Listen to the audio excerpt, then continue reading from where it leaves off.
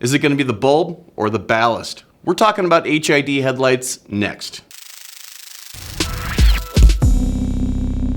This video is brought to you by Standard, manufacturer and distributor of engine management products for over 95 years. Visit standardbrand.com for more information.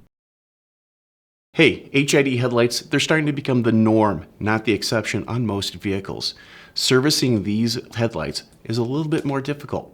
Yeah, they may last over 100,000 miles, but eventually somewhere down the road, either the bulb or the ballast will fail. So how do you diagnose these items? Well, you can't use an ohm meter because you can't ohm out this bulb because you're going in between 2 points that have gas in between them. So resistance is infinite.